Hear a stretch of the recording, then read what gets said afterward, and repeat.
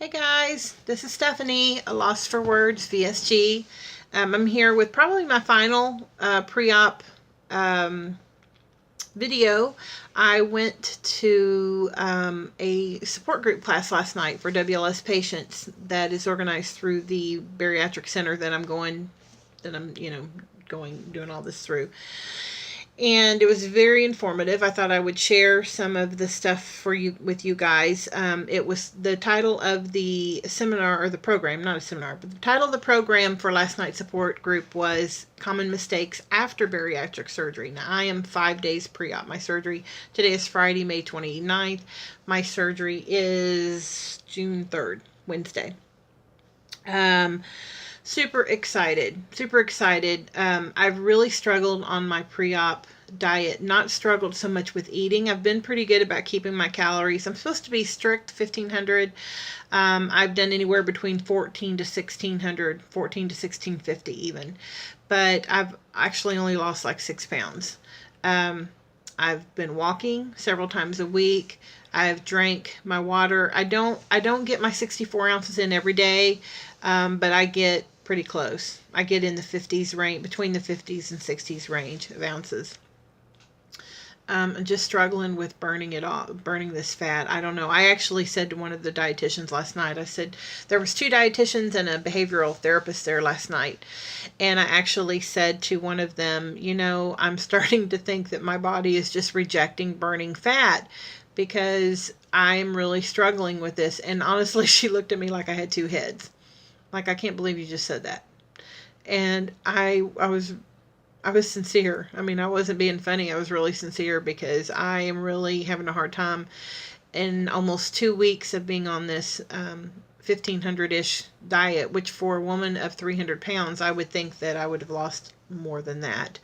But I guess I'm doing what I can do. I don't know. I mean, yeah, sure, I could drop it to 1,000. I guess, I could drop it to 500 if I wanted to. Eat 5 protein shakes a day, because my pure protein shakes are only 110 calories. And I actually will probably do that Monday and Tuesday just to kind of clear out my system before having surgery. But anyways, had a lot of anxiety yesterday, maybe a little today too, but about the whole process of having the surgery, and then the what ifs. What if I'm not able to completely make the lifestyle change? I'm trying. I've changed so much, guys, from what I used to. I don't drink sodas at all, which I know after surgery you can't. So I actually broke myself of sodas weeks and weeks and weeks ago. The sweets, I eat very little sweets now. I've had, other than my food funerals, which I pretty much don't eat sweets at all now. If I do, it's sugar-free pudding or sugar-free Jello, or I do every once in a while. I'll have one of those like 120 calorie packs of honey grams. But cravings, I have really, really craved donuts this week. And had one little moment when I thought, I'm just going to give in and go buy 4 or 5 donuts, eat them, and be done. And after I thought that, I was like, what are you thinking? No, you're not. Kind of had my little pep talk for myself. So yeah, that was a little moment, but that kind of scares me about what if I have those cravings after surgery. So anyways, the fear factor thing. And I talked with one of the other ladies that had a bypass last night at the meeting. About a year and a half ago, she's lost about 110 pounds, and she actually has gained a couple of pounds back, which they all say is pretty normal. But one thing, I was telling her how I felt, and she had very similar feelings, I think. But one of the things that she had said was she had come to the point where she said to herself, I have tried everything else. I have to try this because nothing else has worked. And I could so identify with that because that's exactly how I felt. The reason why I'm having surgery, major surgery to remove the biggest part of a major organ, is because I've tried everything else and nothing else works. And even even being on this 1500-ish diet, which I know they said it was supposed to be a strict 1500, and I will confess, you know, I've had a couple of days when I've been at probably 1650 at least. But then I've had days when I've had, 12 or 13 or maybe 14. So it should balance out, but I'm still only 6 pounds down. So I'm at a loss. Like I said, the only thing I know to do is just eat less calories. And hopefully after next week, that won't be an issue. Except, one thing I think I was kind of naive about was I just assumed that I would always only be able to eat small meals the rest of my life. And they were talking last night. There was only 2 pre-op patients there last night, myself and another lady, and everybody else was at least a year out from, there was 1 lap band, and then there was several, sleeves and bypasses. And interestingly, oh, that's a hard word to say, enough, the lap band lady had only lost 62 pounds. And I say only, that's awesome. 62 pounds is awesome. I'd love to lose 62 pounds. But, when you compare it to everybody else there had lost minimum of 100. Everyone had lost minimum. There was one lady there that was a bypass 2 years out. She had lost like 245 pounds.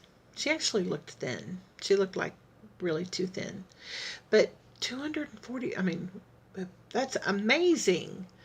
So the lap band, when you saw the lap band and she was only 62 pounds and she had it like 2 years ago, I kind of made a middle note and went, that's why I didn't have the lap band. But anyways, that's neither here nor there. So I wanted to share some of the things that they shared last night because I thought it was really, really interesting. They gave a little talk called Common Mistakes After Bariatric Surgery. Obviously, I'm pre-op, but this is really good information to know. There were 5 things that they focused on. One was not taking your vitamins. They stressed taking vitamins, which was good for me because I am kind of lax sometimes about taking my medicine already. In my medicine being metformin for my diabetes and my blood pressure medicine and my Prilosec. And I will say most of the time I get them, but maybe 1 out of 7 to 10 days, I forget. I just get busy and I forget. So they stressed on how important it is. Not exercising. They said not exercising. Exercise, they said, doesn't mean you go to the gym 7 days a week.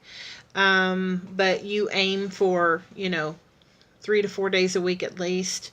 And one thing they said that I thought was interesting because I'm a walker. I like to walk when I feel good enough to walk. I have osteoarthritis in my knees, and so sometimes it's kind of hard to walk. I also have arthritis in my feet, and I have heel spurs. So walking is not always comfortable for me.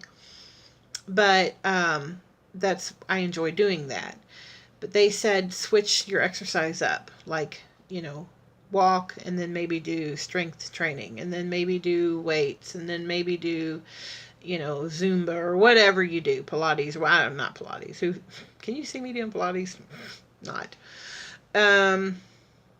But anyways, they said switch your exercise routine up because they said you're like basically fooling your body, kind of tricking your body. Don't let your body get stuck into one routine because then your body becomes accustomed to that, whatever. That was interesting. No follow-up. That was number 2. They said one of the common mistakes is people don't make follow-up visits, especially with their support group or with their dietitians, and they said that that tends to be a big reason why people will regain is because when they start to regain, they don't follow up, And the behavioral therapist said, she says, one of the reasons, she says, we're all human and we all make mistakes. And one of the reasons people don't follow up is because of shame. They feel guilty. They think, I've paid thousands of dollars. I've had this surgery and I have failed. And now I've put weight back on. And they're not talking about 5 pounds. They said that's normal. They're talking about like the lady next to me that had gained 50 pounds since her bypass. And I don't know how much she lost originally, but she said she'd gained 50 pounds back. And she came back to support group because she was like, got to stop this. And basically she waited too long. And when we were talking about it, she looked at me and she said, don't wait until don't do like I did. Don't wait until it gets too bad. If you find yourself falling off the wagon, stop it then. Go talk to someone, talk to a therapist, talk to your doctor, whatever. Talk to your dietitian. Find out what you're doing. And they really stressed on keeping the food diaries. To be honest, I'm lazy about food diaries. I keep one now because I have to for my 1,500 calorie diet. But I was really hoping that after surgery, I could not be so anal about that. One of the bypass ladies there that had lost like 100 pounds, she looks great. She's doing really well. She said she doesn't do food diaries because she said it's just too much. It's too much for her. She's just over it. But she's maintaining and she's doing really well with it. Grazing, they talked about grazing. Don't graze. They said eat 3 meals and a snack a day. Set, have a schedule. You don't have to be regimented and have an alarm go off at 8 o'clock. Although I will tell you, they did tell us about an app, and I did not download the app because my phone is really funky and it doesn't have very much space and I have to delete something before I can download it. But I did a screen print of the app because this is what I will be downloading. And it looks backwards to me in the screen. Hopefully on the camera, what you guys are seeing, it's not backwards. It's called Bariatric Timer. And basically it is an app that allows you to set a timer to remind yourself when to eat, when to drink. The funny thing about it is the icon is a donut. I thought that was kind of funny. And actually a couple of people commented in the reviews that like, hey guys, you need to change the icon. For a bariatric patient, you don't want to put a donut. Anyways, it's kind of funny. But they said this was a good app, and I'm going to download this because my surgeon actually, for post-op, has me on a very regimented, for 3 weeks, timed schedule. When to eat your breakfast, 30 minutes later drink this, 30 minutes later do this, 30 minutes later. And I saw a VSG post-op patient say this was actually, he must have had something similar because in one of his videos, I can't remember his name, but he said this is actually like a full-time job. It's just getting this stuff down. But this is only for 3 weeks. But they did say, set a schedule. They said don't wait to be hungry. If you eat at 8 o'clock and you eat at 12 o'clock and if that's convenient for you, don't wait till 2 o'clock because I'm not hungry. Because they said in those first few months you won't be hungry, and you can't go with a mental cycle of, well, if I don't eat, I'll lose more weight. They said no, you have to eat, and you have to make yourself eat, and so you have to set a schedule to eat because if you wait to be hungry, that might not come, anytime soon. And then the last thing they talked about was eating and drinking at the same time. And I'll just read what I thought. This whole thing was kind of interesting. It says, in most cases, surgery will not prevent you from consuming liquids and solids at the same time. That is a behavior change that we encourage you to make. Introducing a liquid and a solid at the same time might cause some discomfort, but it ultimately allows food to pass through your stomach faster. Avoiding liquids with your meals may also help you feel more satisfied at meals. Said recommendations state stop drinking 10 minutes before your meal and resume drinking 20 to 30 minutes after completion of your meal. This is my dietitian's recommendations. It's not they did say things like boosting or reducing your calorie count should come, and this is just their take on it. So don't, I'm just throwing this out there. They said that should come from your dietitian, not your doctor, because the dietitian is educated specifically on those things, and they feel like your dietitian should be the one to make that um, determination on whether you need to add more or take more calories away. I thought that was kind of, because I said something about, your doctor telling you whether or not you eat more calories, and they were like, your doctor shouldn't be making that decision. Your dietitian should be making that decision. So anyways, that's interesting. They said the best predictors of how you do afterwards is how you do before. That scared me because, I've already said it. I'm really struggling on this 1,500 calorie diet. I'm struggling on keeping it under 1,500 every day. I do keep it under some days, but some days I go over to 16 or 1650. And I've lost 6 pounds. And, today's Friday. So from Monday of last week to Friday of this week, which is a little over a week and a half, I've lost 6 pounds. As of Wednesday. So, gosh, yeah, that scared me. I was like, oh, gosh, So does that mean if I'm struggling this much on my pre-op diet that it's going to be very, very hard? I don't know. But I have to try. This is my thing. I have to try because nothing else has worked. If I do this and I succeed, hallelujah, praise the Lord. If I do this and I fail, which I'm not thinking of, I don't want to, I'm not going into it with that mentality. Don't get me wrong. But at least I will have tried. I don't think I'm going to fail. I think I'm going to succeed. But I do have those anxieties about the what ifs. They said if your pattern before was not to adhere, you may not do it afterwards. That scared me. Because, I haven't even stuck to, if you give me the line of 1,500, obviously I've crawled over the top of that. So, yeah, that was a little scary. What else?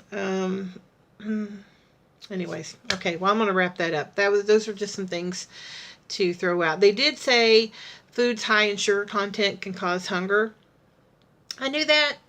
I've heard that, but the way they explained it made more sense. So that just in the way they explained it, it kind of sung to me just to really watch the sugar content in the foods that I eat. I don't know. It's just weird. I guess you can hear things over and over and over again, but you can hear them for the 50th time, and all of a sudden the bell went off. And last night, I think about the sugar content, the bell went off. So surgery is next Wednesday. My son is going to go with me to surgery. I have to be there at 5:30, and my surgery is at 7:30. Looks like now only my son will be there with me. My stepmother, I think I mentioned before, she is coming in, and she is going to be bringing my mother. It's a very odd situation. My stepmother and my mother actually get along really well. My dad is actually the odd man out, which is kind of funny. Because my dad actually left my mom for my stepmom many, many years ago. But they actually kind of get along, and they sympathize with each other, and they, it's kind of funny. Wasn't always, but it is now. They actually really get along. So my stepmother is going to be bringing my mother at some point. I don't know if it'll be during surgery or after surgery. It's probably depending on when my stepmother can get up and get going, and then go get my mom and get going. I don't anticipate them being there at 7:30. They would have to leave here by 6:45 to get to the hospital where I'm going to be at by 7:30. So I kind of don't anticipate them being there. I don't even know if they'll be there when I get out of surgery. So right now it looks like my son is it. I had a talk with my son. He's 15. He's a very mature 15. He's a wonderful kid. I am so, so blessed. I might start crying because my son is wonderful.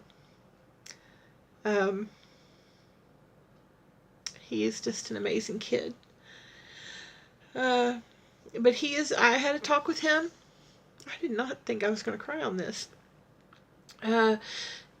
He wants to be there when I have surgery. I told him, if it was going to be hard for him to sit in a waiting room by himself at 15 years old while mom is having a major surgery, if that was too much for him, I was okay if he wanted to stay with Grandma. He said, no, I want to be there. So, bravo and kudos to my son. Um, I don't know what I'd do without him. Uh, so, then my stepmother, my mom will come. My son is actually leaving early the next morning for Georgia. I thought he was leaving on Friday, but it looks like they're going to be leaving early Thursday morning some point. They're kind of wanting to leave Wednesday night, but I'm praying about that. I'm really hoping they don't leave Wednesday night because I don't want him on the road. He's actually driving to Georgia. He's actually driving with a couple of young people from our church who are like early 20s, so they're a little bit older, and they're okay to be out on the road. But my son, he's 15, he's almost 16, but I don't know. I just think, well, what if they break down somewhere between here and Timbuktu? But just pray about it and trust the Lord. He'll protect them. That's what we have to do, right? He's going for some meetings, some youth meetings, a youth banquet kind of thing, all church related. So it's a good thing, and he'll be there till Sunday. So, Mom and my stepmom will probably be there Thursday, maybe some friends, I don't know. And then Friday, I have a ride home. One of my friends from church is going to be picking me up. My stepmother actually has to leave on Friday, so one of my friends from church will be picking me up. I think I'm going to call another friend from church, an elderly lady actually that's been like a second mom to me.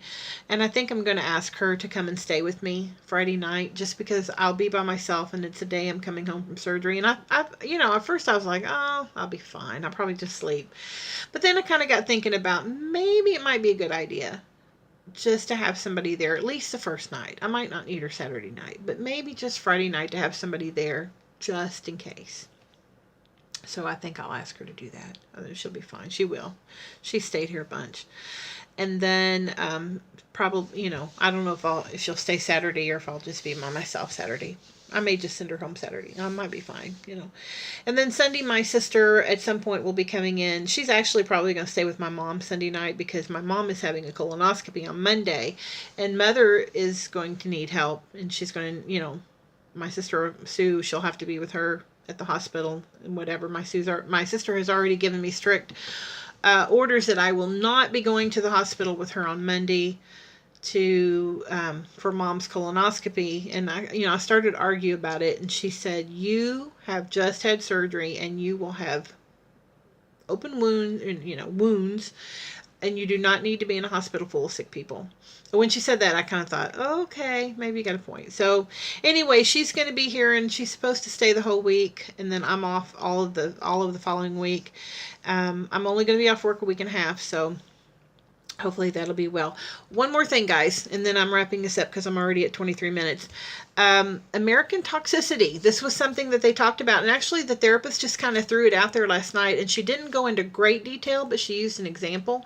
But basically it was the idea of the foods that we eat and related to their expense, related to their convenience, related to their taste, is basically toxic to us, American toxicity. And I had not ever heard that term before. They gave an example. One of the dietitians just yesterday went out for salads for lunch. And while she was out, she saw a Domino's pizza sign, and it said, "Feed your family for $5.99. She took a picture of the sign. Because the irony of it was, she was next door at the place where she got her salads, and she got 2 salads for $18. So on one hand, you could feed a family, 3 or 4 people, I don't know how many people, feed a family for $5.99. I'm assuming that's a large pizza. Or you can have 2 salads for $18. And they said that is American toxicity, because we have made it so difficult in our society to eat healthy and so easy to eat toxic foods. And I have ate those toxic foods my entire life and enjoyed every moment of it. And that's why I'm 300 pounds. So has it been toxic to me? Absolutely. On that note, guys, I will probably not video again until probably, I don't even know if I'll do it in the hospital, because I don't know if, I have to go through the whole upload process for my phone. I probably won't. I probably will update when I get home. So you guys just think about me June 3rd, and I will see you all on the other side. Bye.